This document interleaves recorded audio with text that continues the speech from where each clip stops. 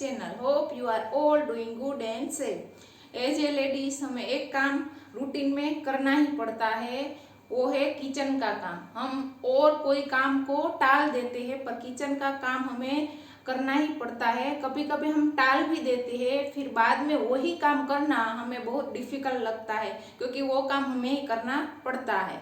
तो आज मैं आपके साथ शेयर करूंगी थोड़े किचन के टिप्स और ट्रिक जो आपको किचन के काम में थोड़े से हेल्प करेंगे, आपके किचन के काम को इजी बना देंगे और थोड़ा सा टाइम भी आपके लिए सेव हो जाएगा। वही टाइम आप अपने लिए यूज कर सकते हैं।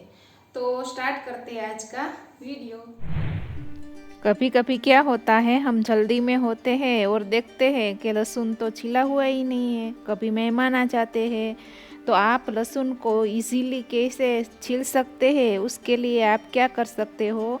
पहले आप लहसुन ले लो, उसकी कलियां पहले सेपरेट कर दो। सेपरेट करने के बाद एक गर्म पानी लेके उसमें इस कलियों को 5 मिनट तक रहने दो और 5 मिनट के बाद आप कोई भी नाइफ लेके आप इजीली उसकी स्किन को निकाल सकते हैं। फिर लहसुन छिल जाए तब इस कॉटन के कपड़े में आप उसे ड्राई करने के लिए छोड़ दो और थोड़ी देर बाद ड्राई होने के बाद आप एयर टाइट कंटेनर में कोई सा भी किचन टॉवेल रख कर उसे फ्रीज में रख दो। इस तरह से आप लहसुन को महीने भर के लिए स्टोर कर सकते हैं और जो भी यूज़ करना चाहो कर सकते हो।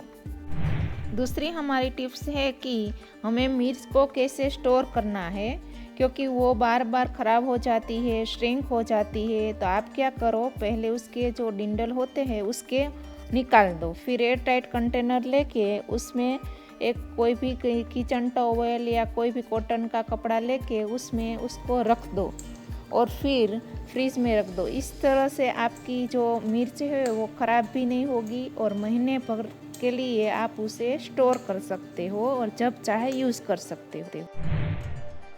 हमारी अगली टिप्स ये है कि आप जो मेरी तरह रोज़ रोज़ जो स्प्राउट खाना पसंद करते हो, तो ये मार्केट में एक ये चीज़ मिलती है जिसे मैंने ली है और बहुत ही यूज़फुल है, इसीलिए मैं आपको ये बता रही हूँ। आप क्या करो कि पहले इसमें 2 कंपार्टमेंट आते हैं। पहले सुबह मूंग को नीचे कंपार्टमेंट में भिगो दो और शाम को उसे ऊपर वाले कंपार्टमेंट में ले लो और सुबह उठकर देखोगे तो अच्छे से खिले खिले से स्प्राउट बनकर आपको मिलेंगे। बहुत ही अच्छे स्प्राउट इसमें बनते हैं, आप ट्राई कर सकते हो।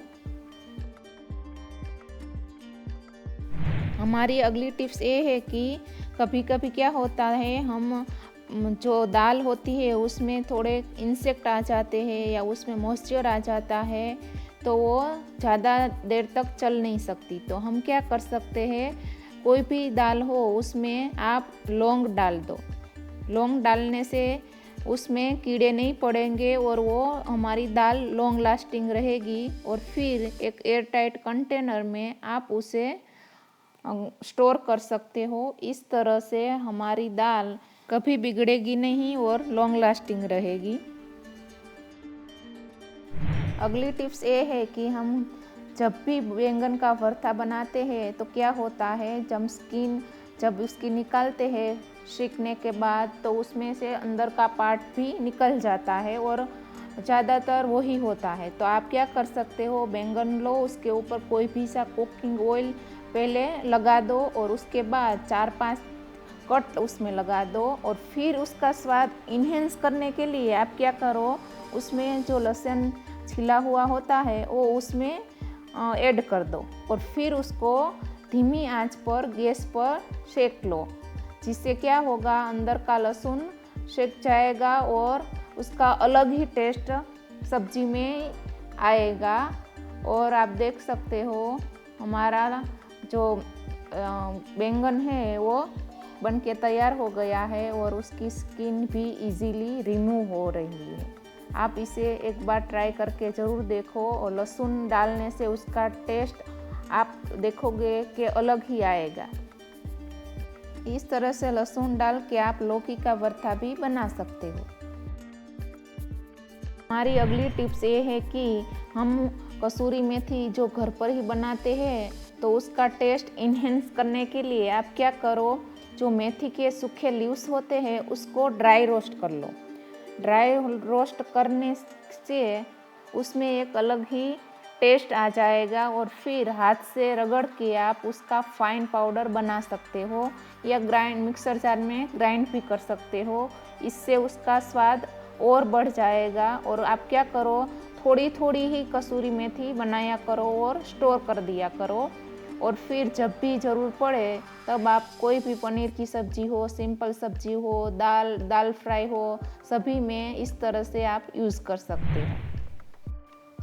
हमारी अगली टिप्स ये है कि जब कभी भी आप मार्केट से वेजिटेबल्स या फ्रूट लाते हो तो आप उसे वॉश करने के लिए वाइट विनेगर का यूज़ करो।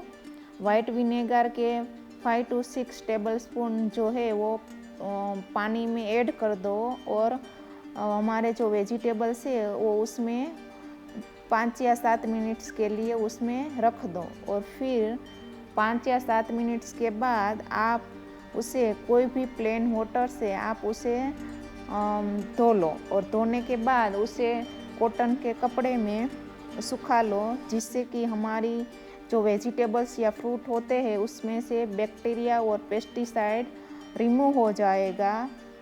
नेक्स्ट टिप ये है कि रोटी को सॉफ्ट बनाने के लिए हमें जो हम रोटी का डो बनाते हैं उसमें आप थोड़ा सा मिल्क ऐड कर लो, और उससे क्या होगा, मिल्क डालने से हमारा जो डो होगा वो सॉफ्ट बनेगा और हमारी रोटी भी एकदम से सॉफ्ट बनेगी। और आपको पूरी या पराठा कोई भी हो, इस तरह से आप उसका मिल्क डाल के डो बना सकते हो। इससे रोटी एकदम से ही सॉफ्ट बनेगी और आपकी रोटी फूलेगी भी। और अगर आप टिफ़िन में देना चाहते हो तो भी आपकी रोटी अच्छी सी सॉफ्ट रहेगी।